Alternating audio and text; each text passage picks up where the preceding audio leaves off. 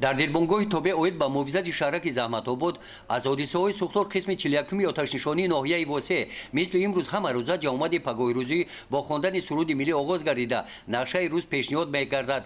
در این روز جهت رعایت نمودن قاعده‌های ضد سوختار در موسم تیرماه و زمستانی سال‌های 2025-2026 در این زمینه بلند برداشتن سطح معرفت‌ناکی اهالی در شهرک زحمت‌آباد ناحیه واسه در 10 روزه سوم ماه نوامبر چهاربینی نوبتی مشق تاکتیکی دایر کرده شد. مکان برگزاری مشق مذکور به مرخانه رقمی 2 دهه کدوچی انتخاب گردید.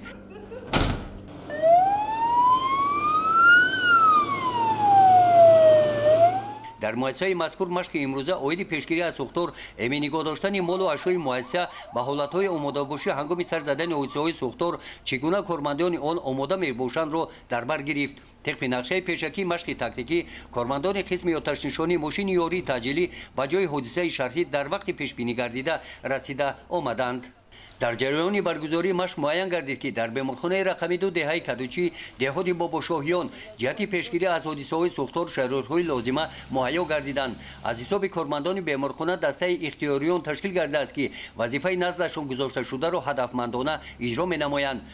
مقصد و گذراندن چهاربینی مشق‌های تاکتیکی ما از آن عبارت است که برای هوشیار نمودن کارمند آتش‌نشانا و در انشاءات‌های دولتی و خصوصی پیشگیری نمودن حادثه‌های ناخوشی سوختار است.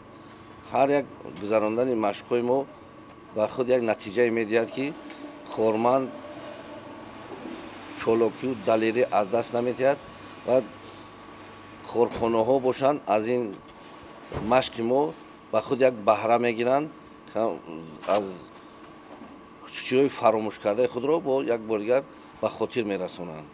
یادآور باید گردید که خدمات دولتی آتش‌نشانی یکی از ساختارهای مهم وزارت کارهای داخلی جمهوری تاجیکستان به حساب می‌رود. این نهاد برای امن نگاه داشتن سلامتی آدمان، اموال و انشاءات از ساختار فعالیتش برآمده شده است. در اساس قانون جمهوری تاجیکستان درباره بی‌خطری از ساختار، خدمات دولتی آتش‌نشانی اساساً در دو سمت نظارت دولتی بی‌خطری از ساختار و خاموش نمودن ساختار مسئول میباشد. در دلبونگوی توبه اوید با محافظت شهرک زحمت‌آباد قسم آتش‌نشانی ناحیه واسه در سمت پیشگیری از سوختار جهات رعایت نمودن قاعده‌های ضد سوختار و بلند داشتن سطح معرفت ساکنان دقت جدی داده می‌شوند. صحبت با کارمندان بیمارخانه اوید حادثه‌های سوختار و پیشگیری آن استفاده درست واسطه‌های سوختار خاموش کنی خدمت دیگری چهاربینی نشان داد که در این خصوص کارمندان بیمارخانه اطلاع خوب دارند و قاعده‌های مذکور را رعایت می‌نمایند. گزارش خواجه نظریف خدای نظر ظهوروف از ناحیه واسه برای برنامه اطلاعاتی نوید.